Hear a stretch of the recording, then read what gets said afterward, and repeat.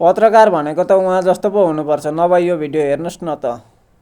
सुधारिएको काङ्ग्रेस भनेको कस्तो सुधारिएको छ भन्दा स्वयं गगन थापा समेत चुनावमा हार्नुपर्ने गरेर कङ्ग्रेस कस्तो सुधारिएको।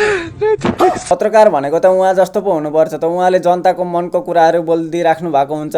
हर जो कोही जनताको मनमा बस्न सफल हुनुहुन्छ क्या, पत्रकारिता गरे पनि नि उहाँले एकदमै राम्रो प्रश्नहरू सोधिराख्नु भएको हुन्छ।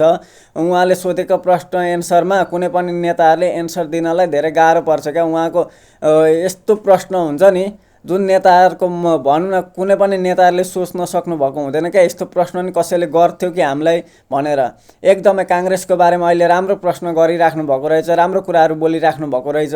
मलाई चाहिँ उहाँको कुरा सुन्दाखेरि राम्रो लाग्यो। हल्का कमेडी टाइपको भए पनि एकदमै राम्रो प्रश्न हो क्या। हर जो कोही जनताहरूको मनको कुरा चाहिँ यही नै हो।